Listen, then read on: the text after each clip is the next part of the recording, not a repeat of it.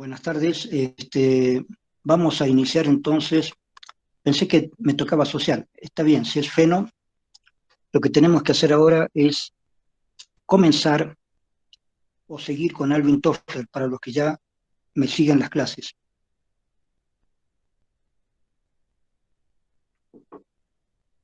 ¿Por qué es importante Alvin Toffler? Yo les dije por lo siguiente. Alvin Toffler es el primer autor. Vean ustedes que ya estaba considerando en la década de los 60 la posibilidad de que la informática pudiera crear una nueva sociedad. En aquel tiempo recién se estaban comenzando con las computadoras, pero ya en los años 70 Alvin Toffler supo que iba a producirse una gran revolución informática y a él le pareció que eso iba a mejorar de algún modo toda la humanidad y comenzó a hacer libros. El primero era un libro de advertencia, El shock del futuro, porque pensaba que el futuro, visto desde los años 70, era un futuro inmediato de mucha tecnología y que mucha gente que no se iba a acostumbrar a la tecnología iba a quedar fuera del circuito de lo que es el mundo activo de la ciencia, la tecnología, los negocios, etcétera. Y no se equivocaba, fue así. La tecnología invadió todo y las personas que no pudieron adaptarse a la tecnología han quedado fuera del circuito de lo que es actualmente eh, grandes cuestiones importantes en política, en economía, sobre todo. Los economistas trabajan con computadoras, en todo lo que tiene que ver con la informática aplicada a la ciencia, a varias tecnologías. Entonces esto transformó el mundo, tenía razón Alvin Toffler, esto transformó el mundo. La pregunta es si al transformar el mundo con la tecnología estamos mejor o peor. Eso habría que discutirlo a partir de Alvin Toffler. Ya no lo podemos discutir con el mismo Alvin Toffler, ya falleció. Y no hace mucho que falleció. Pero la pregunta, la discusión que yo quiero que hagamos en clases luego, es si este mundo que estamos viviendo es mejor o peor de lo que la gente se había imaginado. Por una parte, a mí me parece que es mejor. La tecnología permite una gran cantidad de cosas. Fíjense, la tecnología es importante para enviar cohetes al espacio, para enviar un cohete a la Luna, a Marte. Es necesaria mucha tecnología, especialmente todo lo que tiene que ver con la informática. Y la informática previa era una informática muy difícil porque eran máquinas grandes, difíciles de manejar. Pero ahora, obviamente, la informática ha llegado hasta nosotros, que podemos con un celular comunicarnos con todo el mundo y buscar una gran cantidad de cosas. Entonces, la informática sí, en gran medida cambió el mundo. Y sí tiene razón Alvin Toffler, las personas que no se adapten pueden quedar fuera del circuito de lo que es el mundo activo, digamos. El mundo activo está con la informática. Si no cachas informática, no estás con el mundo activo. Estás atrás, ¿no es cierto? Ah, yo mismo pertenezco a una generación que tenemos problemas con la tecnología.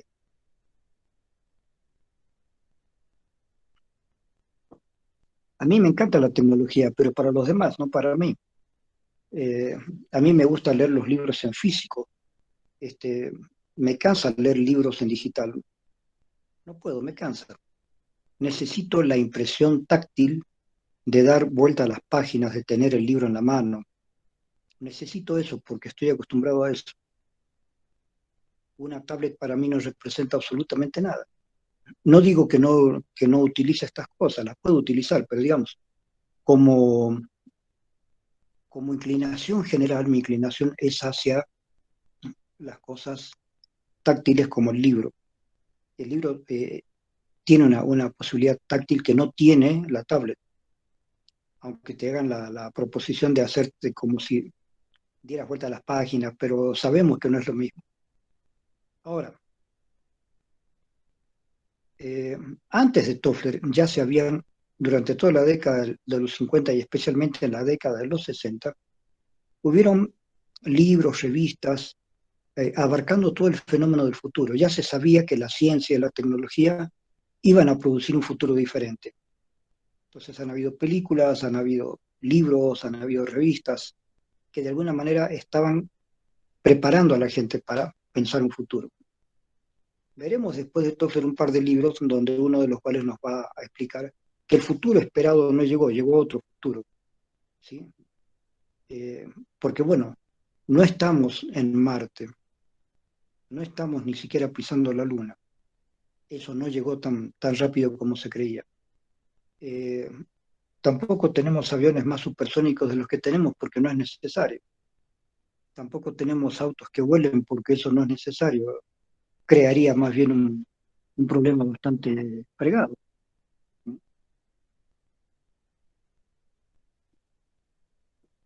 especialmente en Latinoamérica, donde hay conductores borrachos, imagínate. Entonces, bueno, no era por ahí el asunto. El asunto partió por cosas que nadie las pensaba. Las computadoras personales, que se fueron haciendo cada vez más manuables, con más dispositivos, y finalmente el teléfono celular, que es una mezcla de todo. Es una mezcla de teléfono, es una mezcla de televisión portátil, es una mezcla de eh, computadora portátil, etcétera, etcétera, etcétera. Entonces uno ya con un celular en la mano puede hacer una gran cantidad de cosas. Pero acá hay un par de problemas que Alvin Toffler no los había visto. Uno es que el celular, por ejemplo, en manos de una gran cantidad de gente, no es bien utilizado. No es utilizado para estar al día en noticias o estar al día culturalmente. Es usado para cualquier cosa y muchas veces la gente lo utiliza para tonterías. Es decir, que el celular es mal usado. Y el otro peligro es que el celular puede ser usado las 24 horas. Hay gente que no puede estar sin consultar el celular a cada rato, porque a lo mejor dialoga. A mí me suele pasar a veces dialogar con algunos colegas y el diálogo te lleva un tiempo largo y se te acaba la batería. Entonces, sí, sí, el celular tiene sus cosas buenas y malas, ¿no es cierto? Lo bueno es que en el celular puedes encontrar cualquier cosa rápidamente. Si lo sabes usar bien, tienes ahí un tesoro en la mano. Pero también, repito, hay este asunto del acostumbramiento al celular o el acostumbramiento a la computadora. Antes ya se descubrió gente que no podía salir de la computadora, como también el avance de todas las posibilidades, los juegos electrónicos. He conocido varios casos de chicos que se acostumbraron tanto a los juegos electrónicos que no podían salir de ahí. Estaban con la computadora jugando una serie de juegos.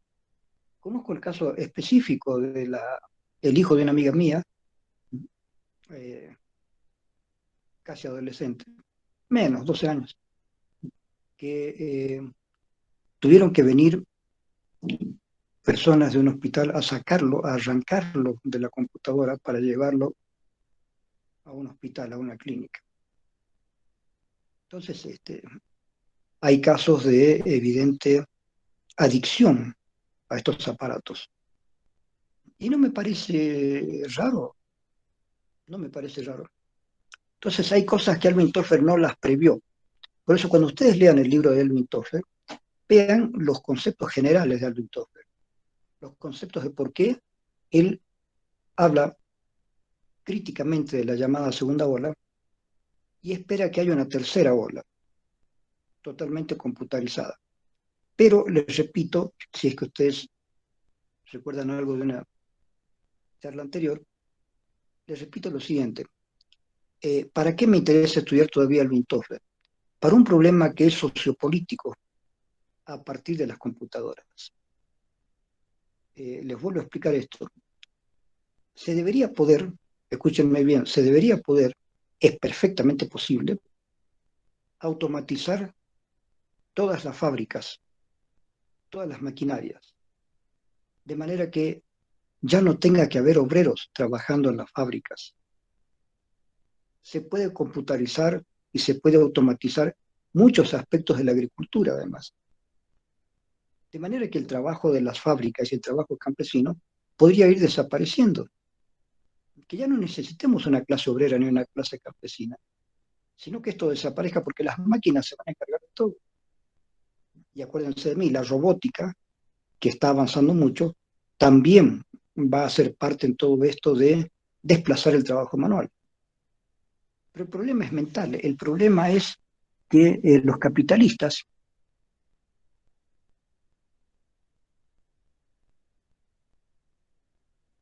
y ojo, no les voy a hablar en términos marxistas, eso lo vamos a explicar después, no estoy hablando en términos marxistas, pero sí el capitalismo debe ser fuertemente cuestionado. Los capitalistas de hoy, en lugar de invertir en fábricas computarizadas, que podrían fabricar autos, bicicletas, lavarropas, lo que sea, sin necesidad de obreros, prefieren, en lugar de eso, buscar obreros cada vez más baratos, como un regreso al siglo XIX, una cosa estúpida, bien estúpida, pudiendo hacer que los obreros dejen de ser obreros. Porque la pregunta es, si los obreros ya no son obreros, ¿dónde van a estar? ¿Quién les va a pagar para hacer qué cosas? Pues bien, hay que conceder una gran importancia a los trabajos intelectuales. Hay que hacer que los obreros se conviertan en intelectuales. Pueden ser intelectuales a nivel técnico, no digo que sean intelectuales a nivel doctorado, pero pueden ser intelectuales a nivel técnico. Y pueden tener algunos trabajos técnicos que no sean manuales, a ver si me entienden bien, que no representen un esfuerzo físico. ¿Sí? Liberar a la humanidad del esfuerzo físico sería un paso adelante. Y esos obreros convertidos en técnicos, ¿sí? O finalmente en tecnólogos, en varias generaciones desaparecería la clase obrera, pero no desaparecería porque maten a los obreros, desaparecería porque los obreros se transforman en técnicos y los hijos de los obreros se convierten en licenciados, en doctores, en lo que sea necesario para que la humanidad avance. Esa era la idea de Alvin Toffler, un avance de la humanidad gracias a la tecnología, no usar la tecnología para mal o no usar la tecnología y volver a cosas más antiguas como la esclavitud humana, ¿no es cierto? Creo que les mencioné que hay algunas fábricas en Nike, de, de, este, esas zapatillas deportivas. Se descubrió que esta fábrica, y al igual que otras, utilizan mano de obra esclava. Hay varias fábricas muy famosas que utilizan mano de obra esclava incluso fuera de su país. En Estados Unidos no podrías usar mano de obra esclava. El obrero norteamericano, como una evolución del mismo capitalismo, es un obrero que exige un sueldo potente, digamos, un buen sueldo. Y, y en Europa, si bien no todos los países europeos están muy bien, pero en Europa también la mayoría de los europeos se elevó su nivel económico. Por eso es que mucha gente de países pobres como Latinoamérica se van a Europa para poder trabajar. Entonces los europeos utilizan a gente que viene de Medio Oriente o gente que viene de Latinoamérica como obreros, como trabajadores del campo, todo aquello. Pero todo eso debería desaparecer si las máquinas hacen todo el trabajo manual. ¿Sí? Les pongo un trabajo, una idea simple. En la universidad tenemos porteros. Estos porteritos muchas veces hacen trabajos duros, trasladan muebles, este, en fin, cualquier cuestión que haya que hacer, están ellos prestos para hacerlo. Y hay trabajos más duros todavía. Todavía, hasta hace un tiempo atrás, no sé cómo estará exactamente ahora, pero todavía se utilizaban personas para limpiar las calles, cuando en realidad ya hay máquinas para limpiar las calles. Ya hay máquinas para todo, chicos. Toda la humanidad se podría liberar del trabajo manual, a menos que quiera hacerlo por gusto, digamos, si yo tengo un jardín en mi casa o tengo una huerta en mi casa y quiero practicar yo un trabajo manual, yo mismo plantar algunas cosas. Esa es una cuestión ya personal, digamos, por gusto, pero no por obligación. ¿Sí? El trabajo manual por obligación debería desaparecer. Y eso debería ser posible gracias a la tercera ola. Esa era la idea de Alvin Toffler. Porque Alvin Toffler tenía también una idea un poco socialista que no ha sido muy bien vista en Estados Unidos nunca, nada que se parezca a la izquierda, pero la idea de Alvin Toffler iba por ahí, chicos, iba por ahí. Alvin Toffler no iba al detalle, sino a la cuestión de concebir una tercera ola que sea una humanidad donde la gente tenga más tiempo para sí misma, ¿no es cierto? Imagínense, si hay máquinas para hacerlo todo, el obrero puede ir a su casa, ya no es obrero, es empleado. Y es empleado que va a tener otra clase de trabajo, un trabajo más intelectual. Eso es lo que tiene que rescatar de Alvin Toffler. ¿Sí? Ahora, adelantemos algo que vamos a hablar después con otros autores. ¿Qué más se puede esperar del avance de la ciencia y de la tecnología? Hay mucho que se va a hacer. Les he hablado de la robótica. Hay un autor que habla mucho sobre esto, lo veremos luego, y la robótica es un avance también fundamental. Justamente la robótica, junto con toda la línea cibernética, deberían hacer desaparecer los trabajos manuales. Un robot puede hacer cosas que eh, la gente hace y debería dejar de hacer. Los robots todavía no están tan sofisticados, pero se está trabajando mucho en la robótica. Y a propósito, en Bolivia no existe una carrera de robótica que yo sepa, pero debería haber.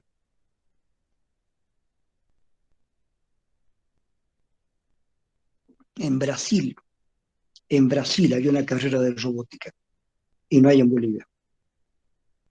Creo que en la Argentina tienen alguna investigación sobre robótica, pero no hay investigaciones sobre robótica.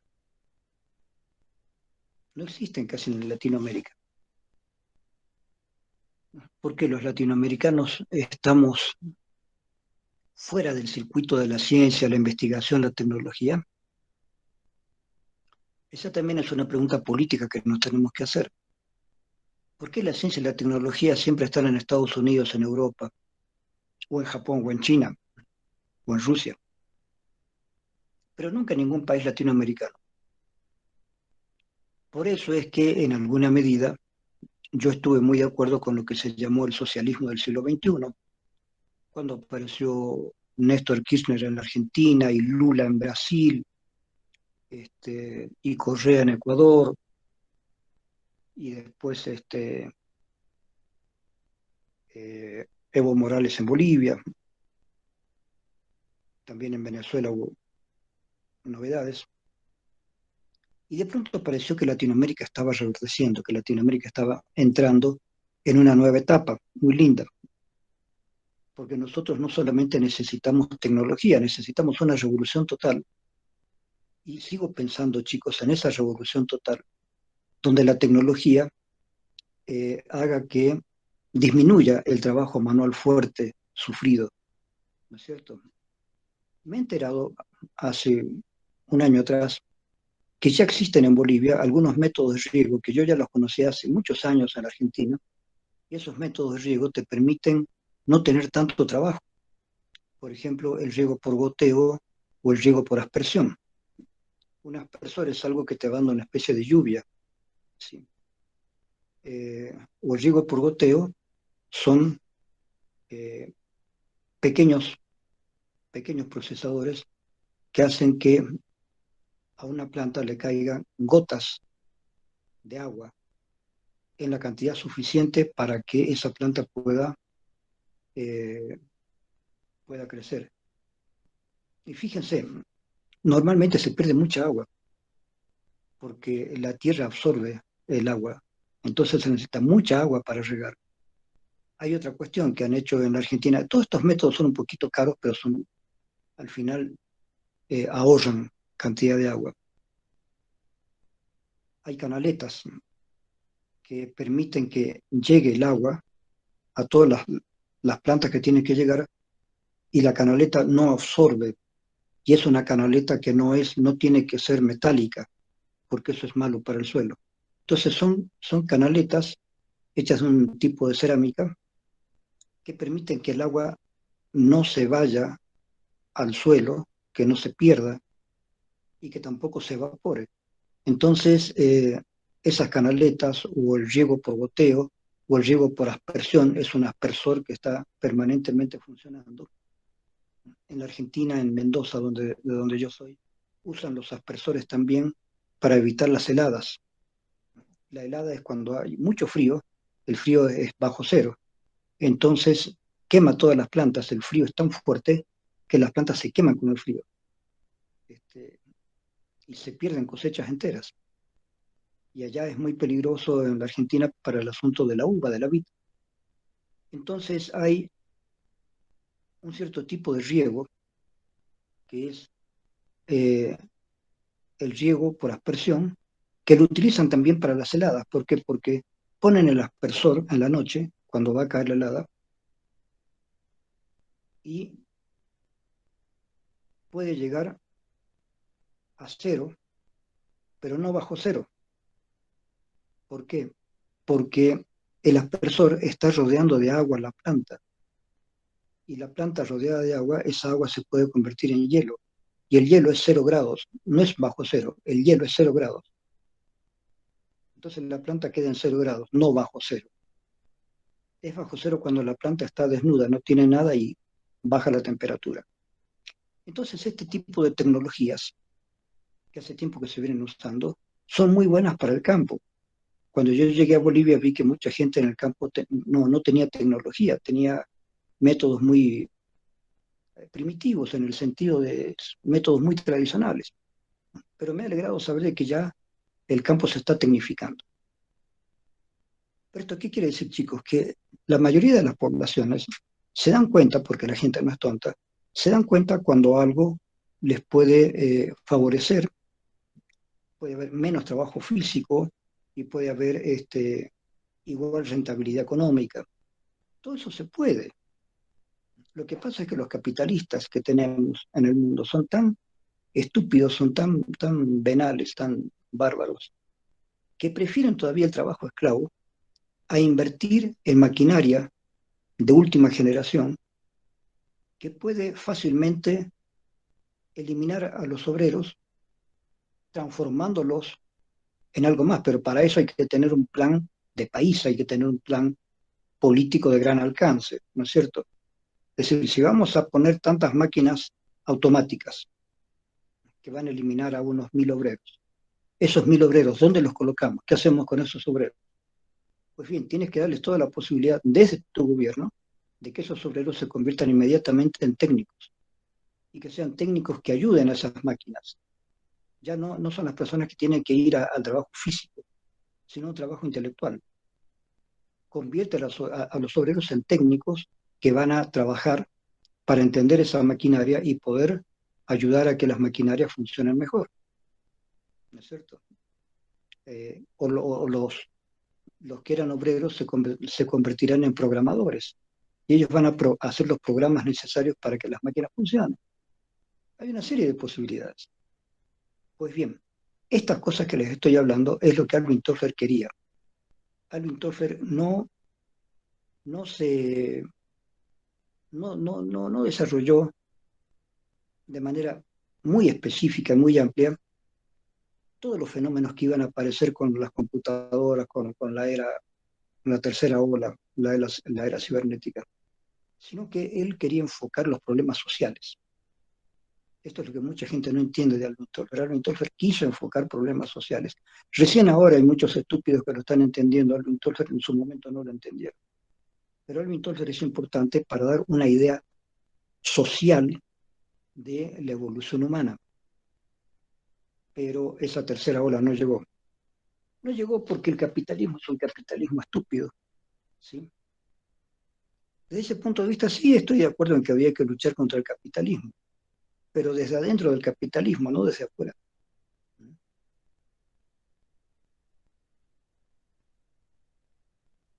Tiene que haber capitalistas que arriesguen el capital en cosas nuevas y que ayuden a los trabajadores a tener un trabajo mejor. Se puede, claro que se puede. En gran parte en la China lo están haciendo.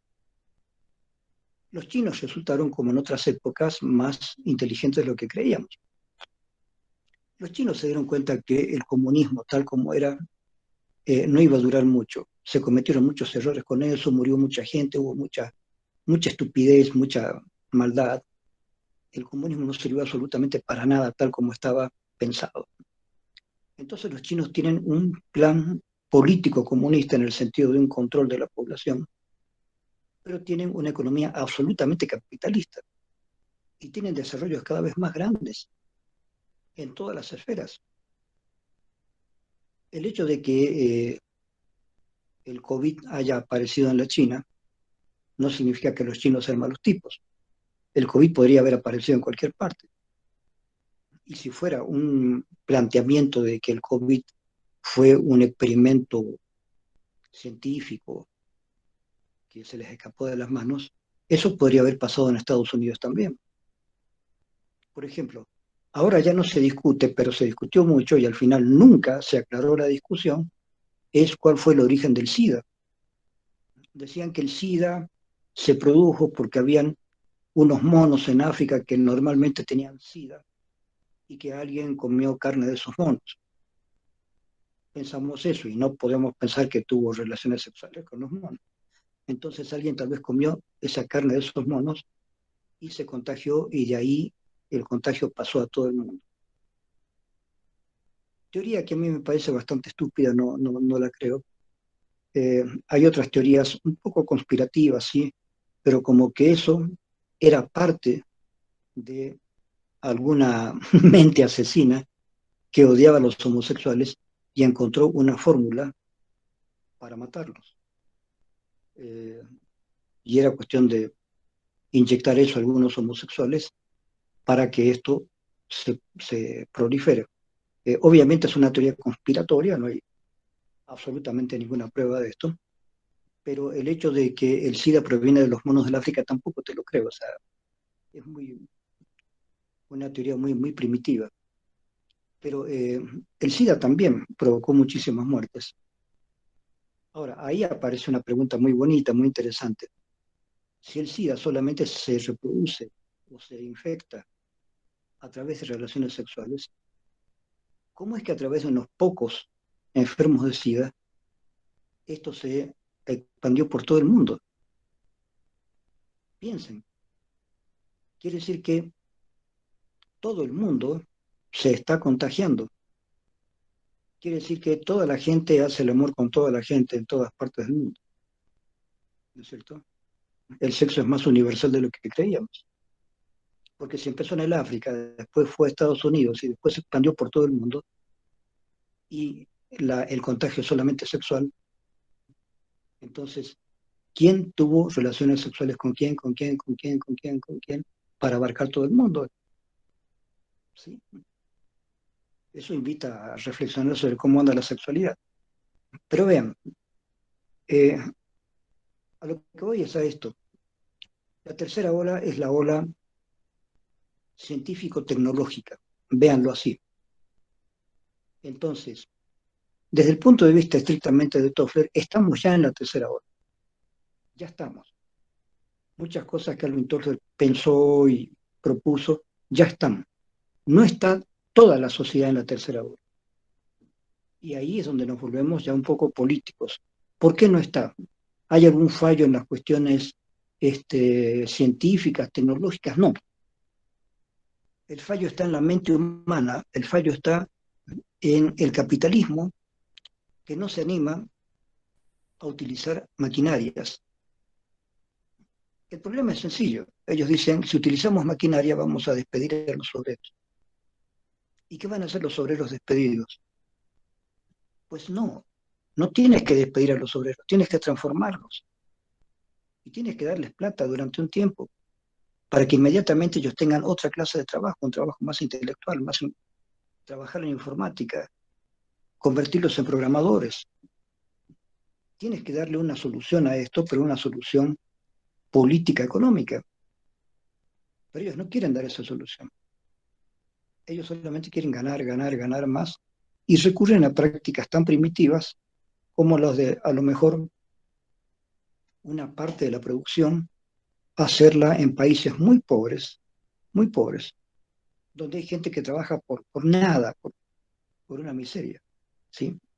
En países de Latinoamérica o de Asia o de África, ellos establecen pequeñas fábricas para hacer una parte de su producto, ¿sí?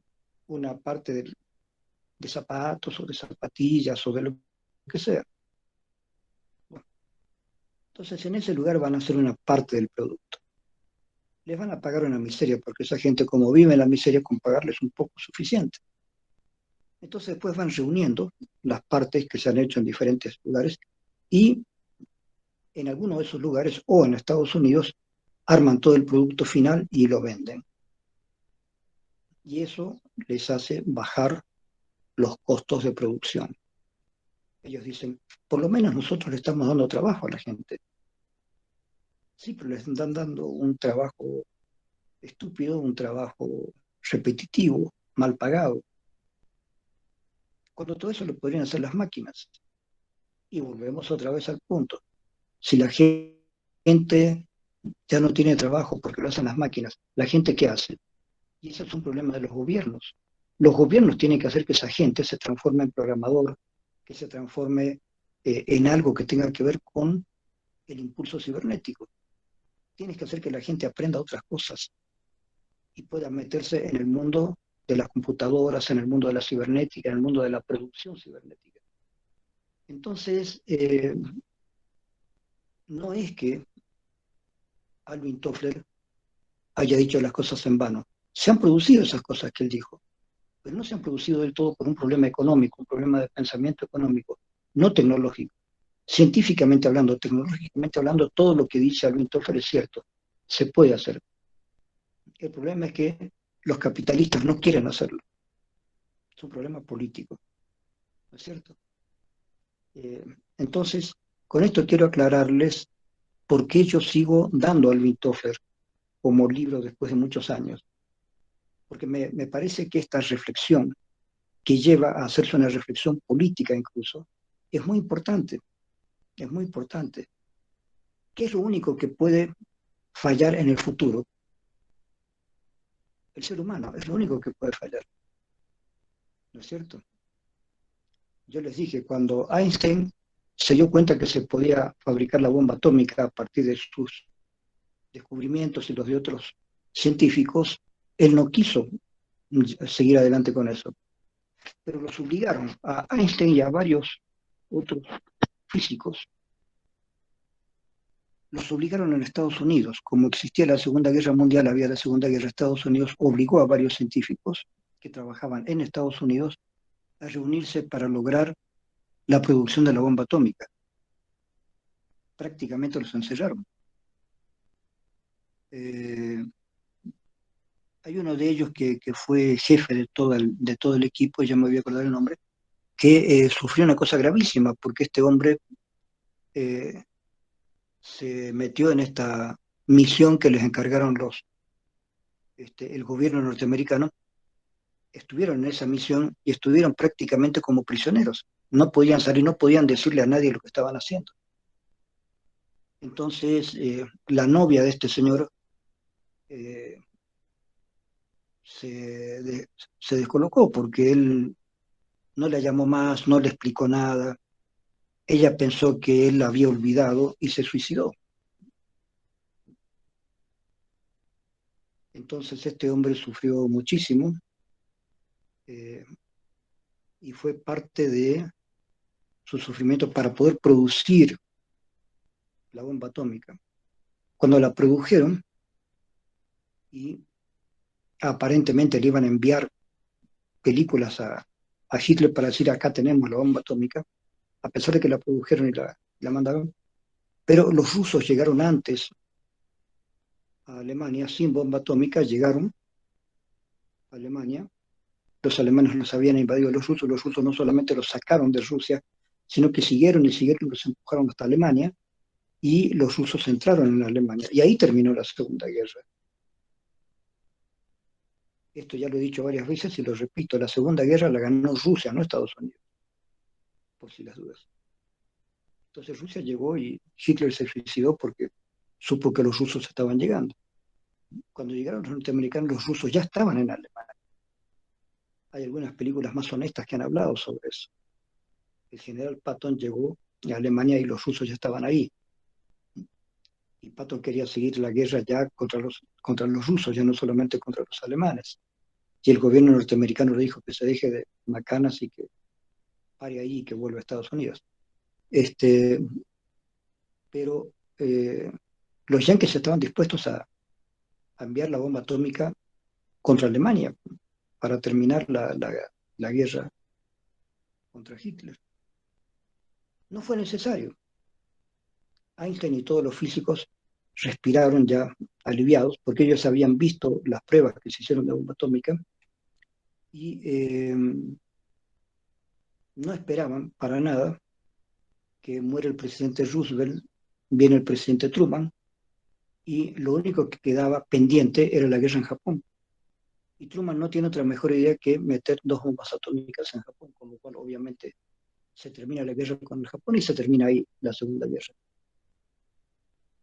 Eh, entonces, ¿cómo trabajan los políticos la ciencia? Esto es algo que yo quiero manejarlo a través de toda la materia.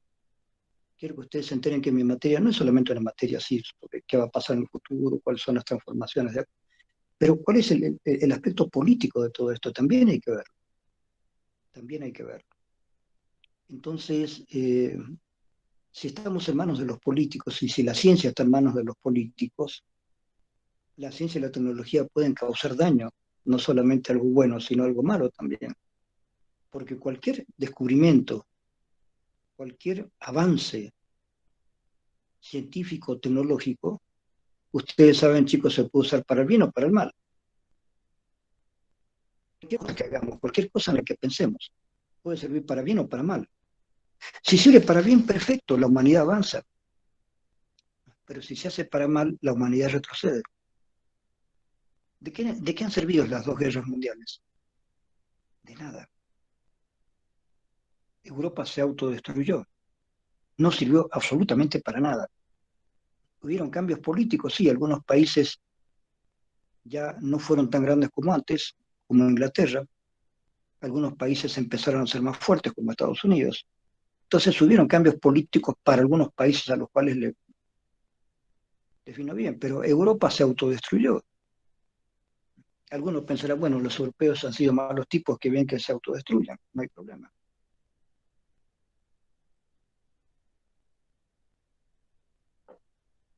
Pero eso es una mala lectura.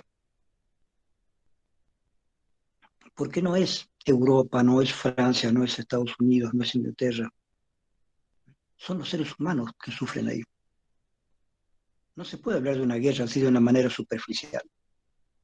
No se puede decir, bueno, qué bien que los europeos se hayan cocinado a sí mismos porque ellos hicieron mucho daño al resto del mundo. Es una forma de ver, pero una forma estúpida de ver. Nosotros como psicólogos tenemos que tener una especie de empatía con todos los seres humanos. El psicólogo no puede ser, no debería ser alguien al servicio de la destrucción de nadie, ¿no es cierto? Los psicólogos, los médicos, estamos para ayudar a la gente, no para destruir a la gente. Por eso el hecho de decir, bueno, qué bien que los europeos se autodestruyeron en las dos guerras mundiales, después de ellos haber destruido otros países, no es un buen planteo, chicos, no es un buen planteo. Nadie debería sufrir destrucción. Pero fíjense, después de la Segunda Guerra se pensó que no haya más guerra, para eso se crearon las Naciones Unidas. Pero Estados Unidos después de eso bombardeó Japón, bombardeó Corea, Vietnam, se metió en el Medio Oriente con Irak, se metieron en todas partes y han hecho barbaridades. Y las Naciones Unidas no dijeron absolutamente nada, no impidieron nada, no pudieron impedir nada. Entonces la pregunta es, ¿para qué sirven las Naciones Unidas? Parte de para nada, digamos. Porque Israel, digamos, yo estoy a favor de que se haya hecho Israel para que la gente judía pueda tener su nación original y no anden volando por ahí. Eh, los romanos son los que sacaron a los judíos de su tierra desde el año 70 después de Jesucristo, más o menos. Ahí los judíos hicieron varias revoluciones contra los romanos y en la tercera revolución los romanos los liquidaron. Y a toda la gente judía que quedaba les obligaron a irse, chao, fuera de su país. Quedaron algunos restos, pero a todos les obligaron a irse. Entonces ahí fue el gran éxodo judío, el tercer éxodo, el más grande que hubo. Los judíos quedaron diseminados por todo el mundo, parte en Europa, este, parte en diferentes lugares de Europa. Hay una discusión sobre eso que no es el momento de hablar mucho porque nos vamos a desviar demasiado del tema, pero como curiosidad, quiero que entiendan lo siguiente.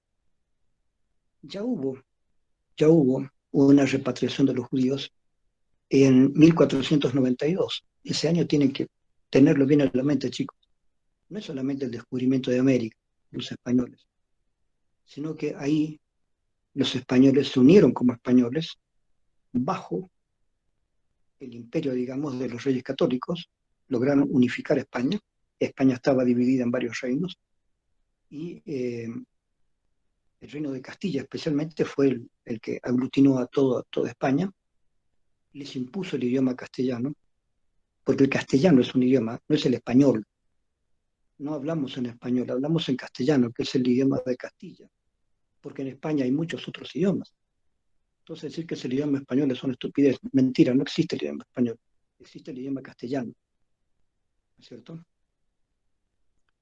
Entonces ellos, los reyes católicos, además tuvieron el éxito de sacar de España a todos los judíos y árabes que habían, musulmanes que habían en España.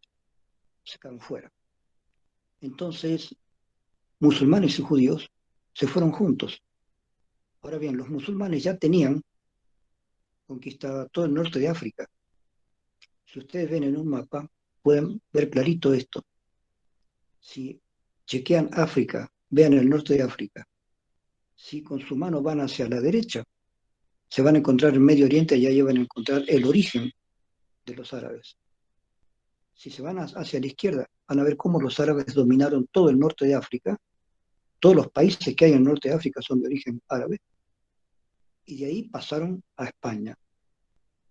Pero de España tuvieron que salir. Volvieron otra vez a África. Y más o menos por el centro de África están los llamados sefardíes o sefarditas, que son los judíos que estaban en España y que siguieron hablando en español. Todavía existen judíos sefarditas en el África que hablan español, pero hablan el mismo español de la época de Cervantes, ¿no es cierto? Porque fue cuando los sacaron de España.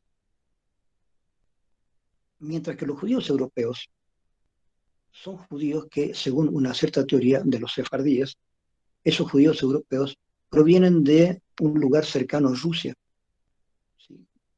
Casi cercano más bien a lugares del oriente turco, árabe.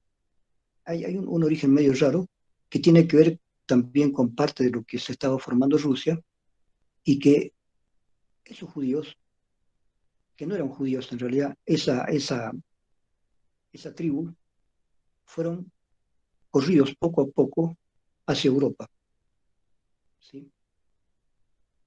Y de esa tribu, ya me voy a acordar el nombre, tiene un nombre especial, de esa tribu eh, surgen los judíos europeos. Es decir, que según los sefarditas, ¿sí? Los judíos europeos no son verdaderamente judíos, pertenecen a una tribu extraña que fue empujada hacia Europa.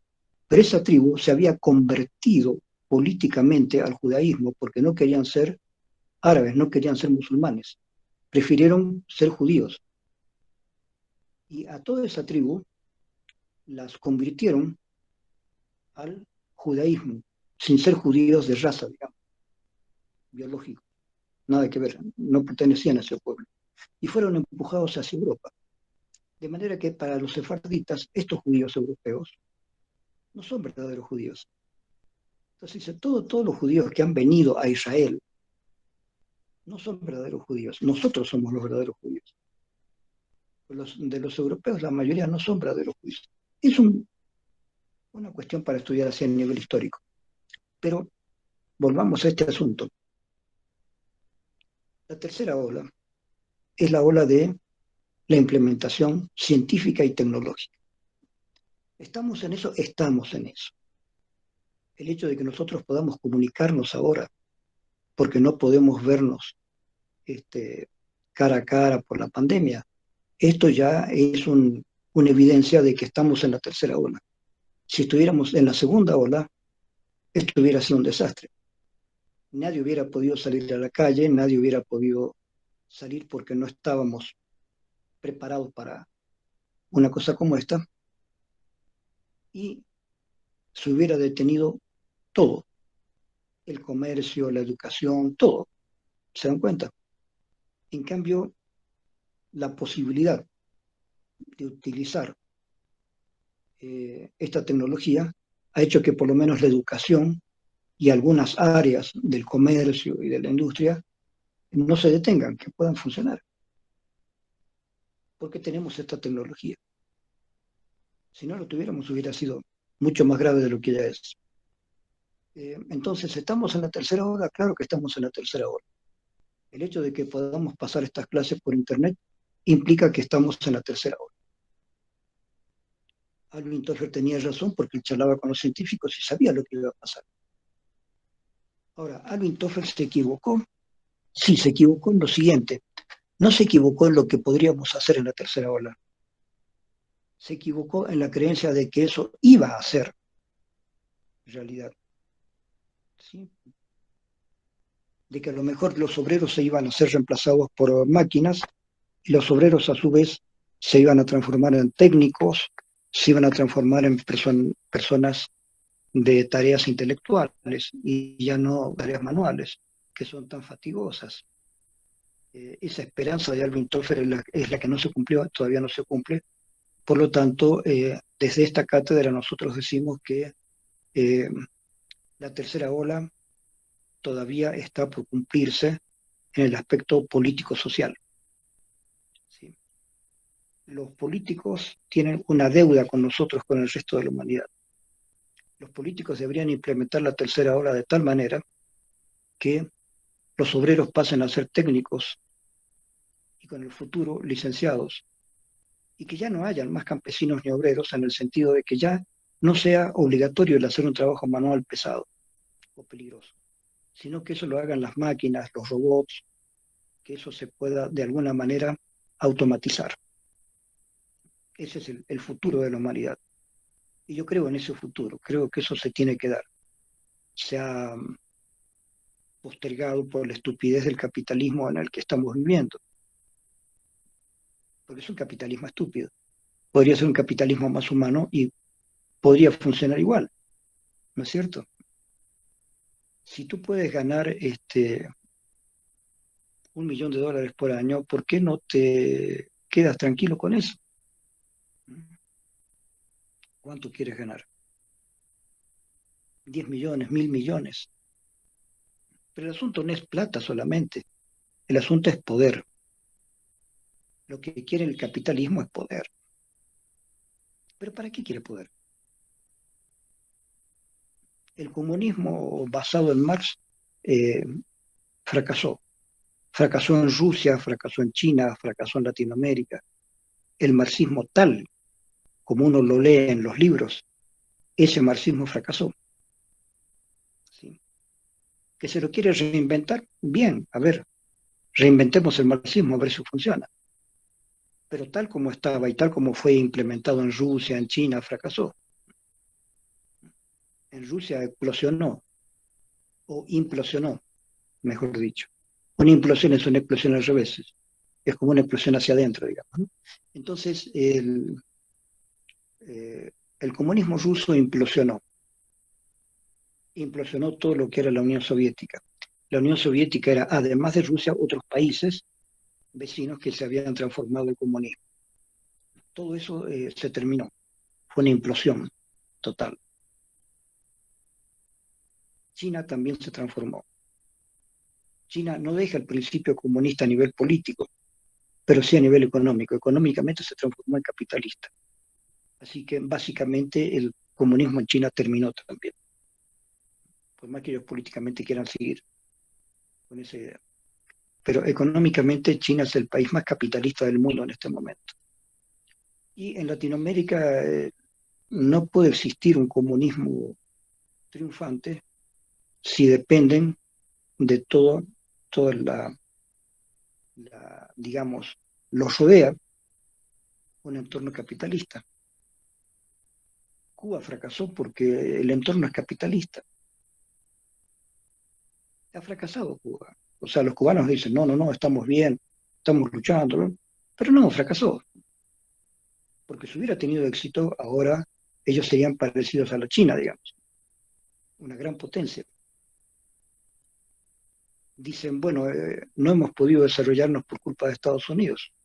Y por supuesto, si están al lado de Estados Unidos, ¿qué pensaban? ¿Que Estados Unidos les iba a ayudar a ser un país comunista exitoso al lado de Estados Unidos?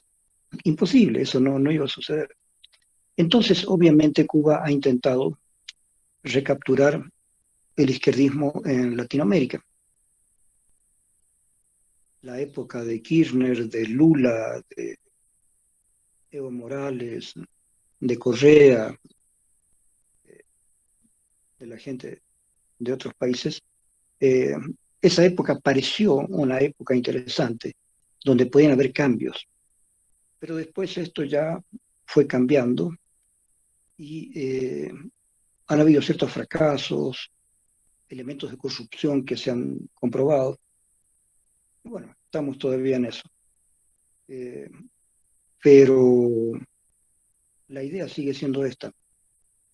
Con comunismo, con capitalismo, la idea es que la tercera ola se tiene que dar tarde o temprano. La maquinaria tiene que ayudar al ser humano.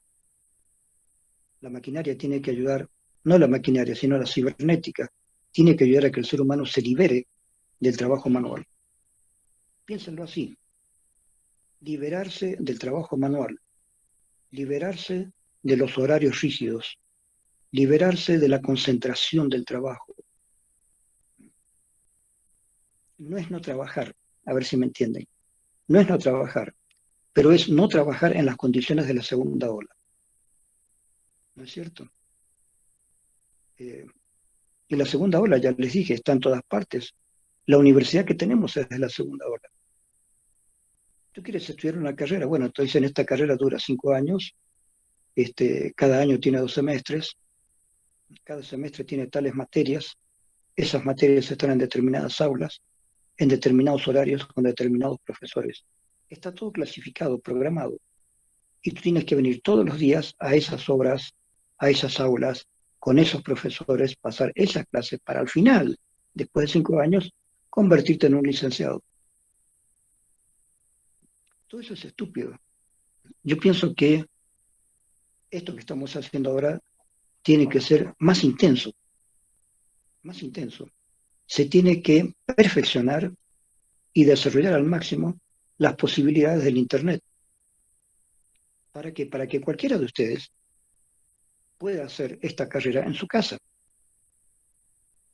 Yo agarro la Feno 2, la grabo totalmente y salvo que yo quiera modificar algo, actualizar algo, esas cosas quedarían grabadas. Y ustedes las pueden ver grabadas cuando quieran, cuando les dé la gana. Un poco estamos tratando de hacer eso con mi amigo Luis, que me está ayudando en la parte tecnológica. Estamos tratando de que los chicos tengan mis clases grabadas también para verlas en cualquier momento. Si así fuera para todas las clases, para todas las materias, una persona a lo mejor podría hacer la carrera en 3 años. Claro, tú dices, voy a dedicar, este mes lo voy a dedicar solamente a la FEN. Voy a ver todo lo que dice Mario Barraza, voy a estudiar toda la FENO y la voy a aprobar. Y la puedes aprobar por internet también, ¿sí? Y haces toda la carrera por internet. En lugar de hacerlo en 5 años, a lo mejor lo haces en 3. ¿Por qué no? ¿Cuál es el problema? O lo haces en 4 o en 6, depende de ti. El tiempo podría ser disponible, flexible.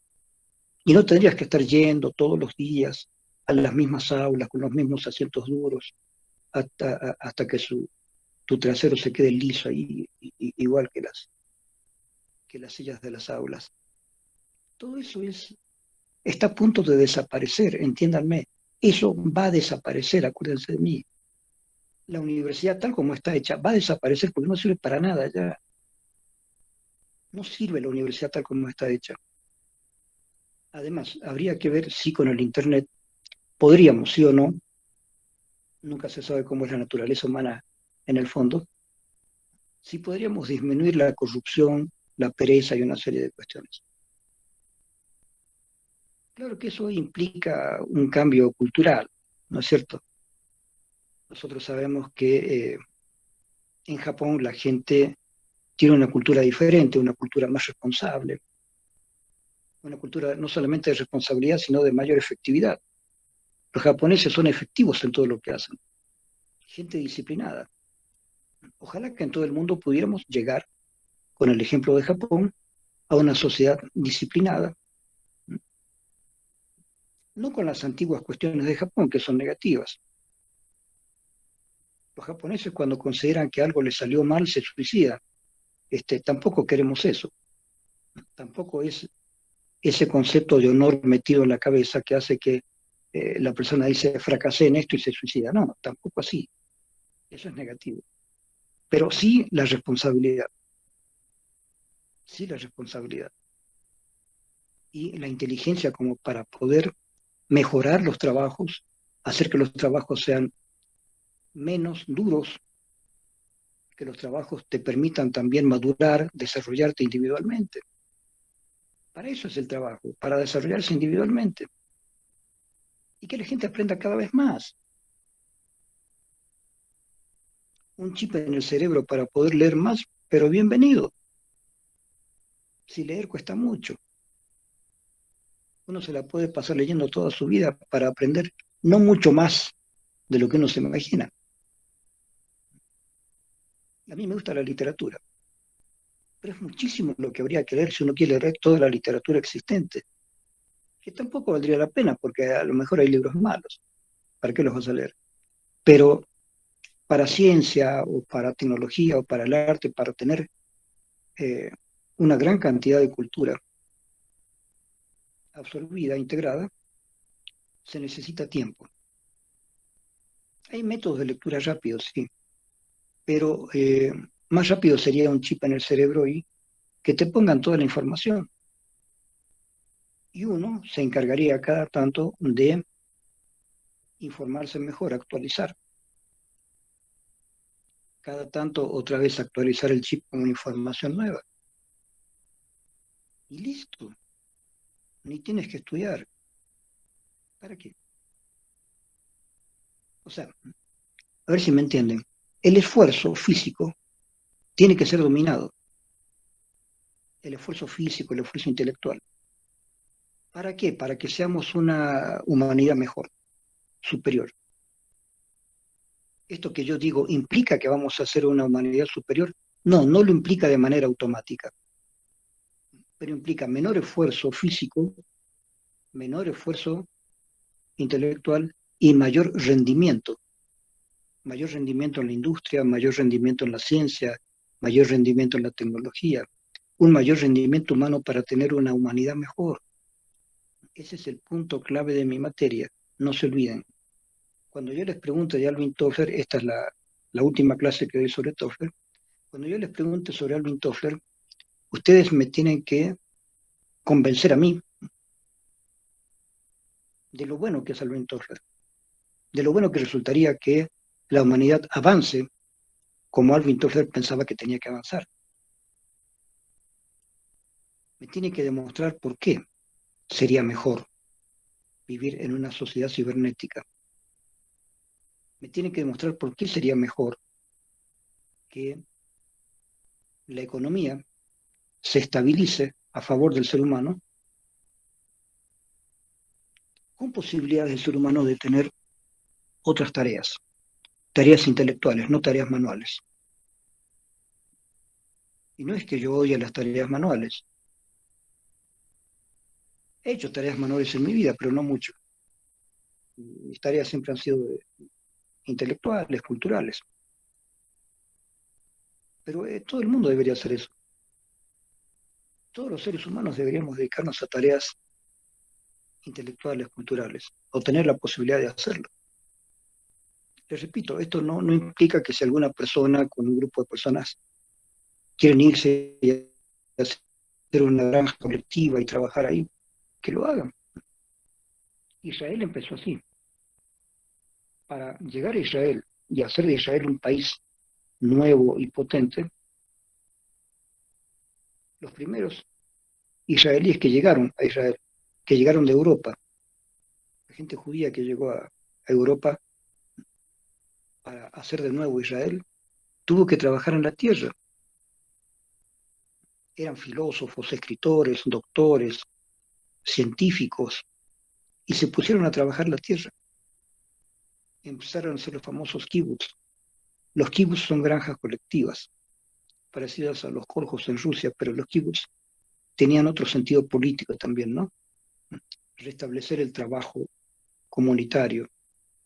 Esa primera parte de los judíos ha sido una parte socialista, no, no capitalista. Además, los judíos han dependido mucho de Estados Unidos. Durante mucho tiempo han dependido de Estados Unidos porque en Israel casi no hay agua, es un desierto. Entonces no tenían mucha alimentación.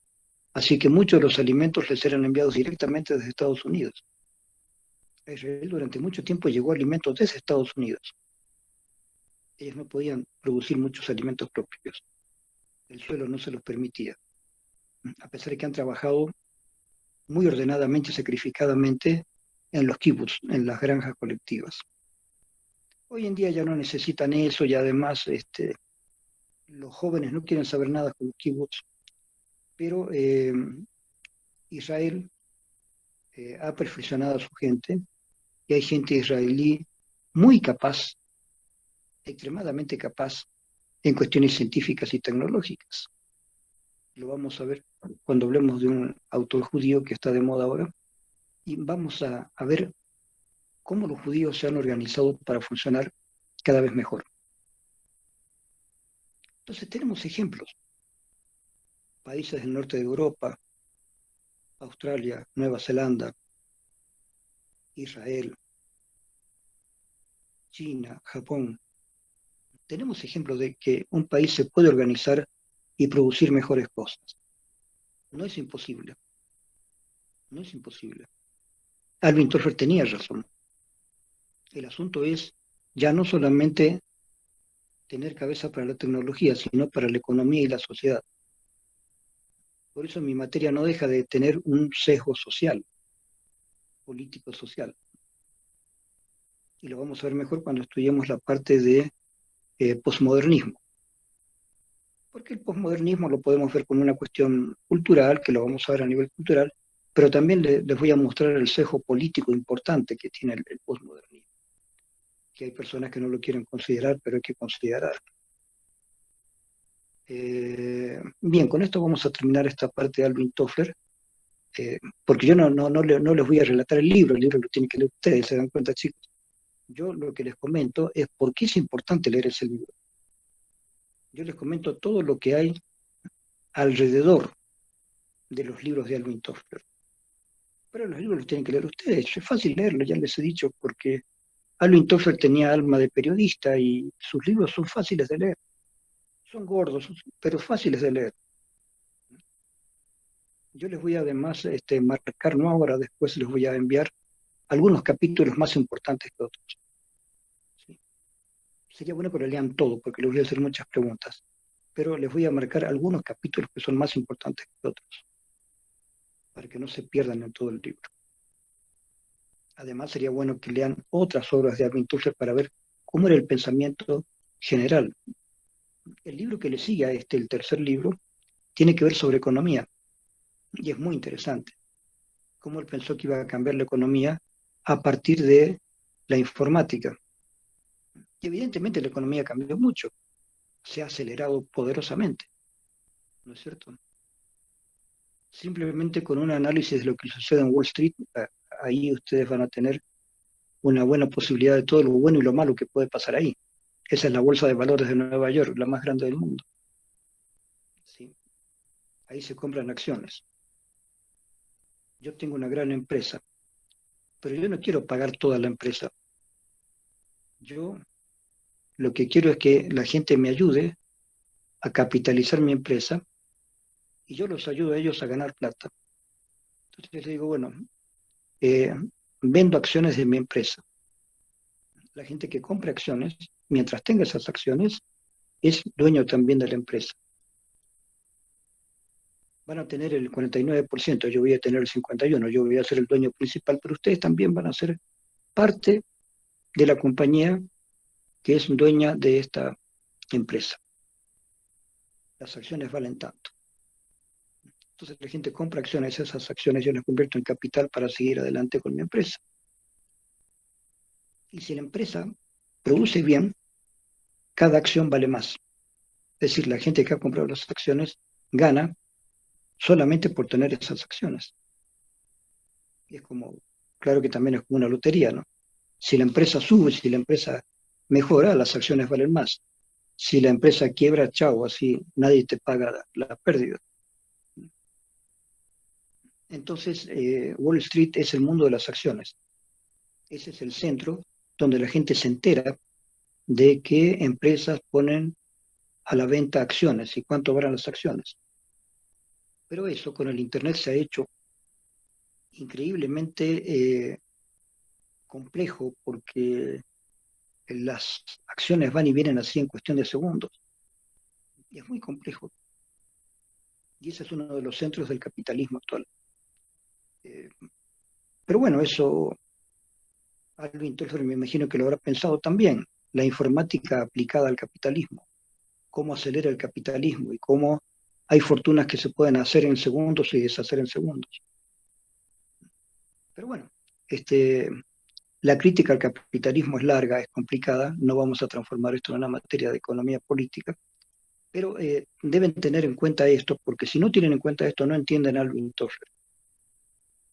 Así que por favor lean a Alvin Toffler y nos vemos ya en la próxima clase. Con esto voy a terminar mi clase de hoy. ¿Hay preguntas sobre esto?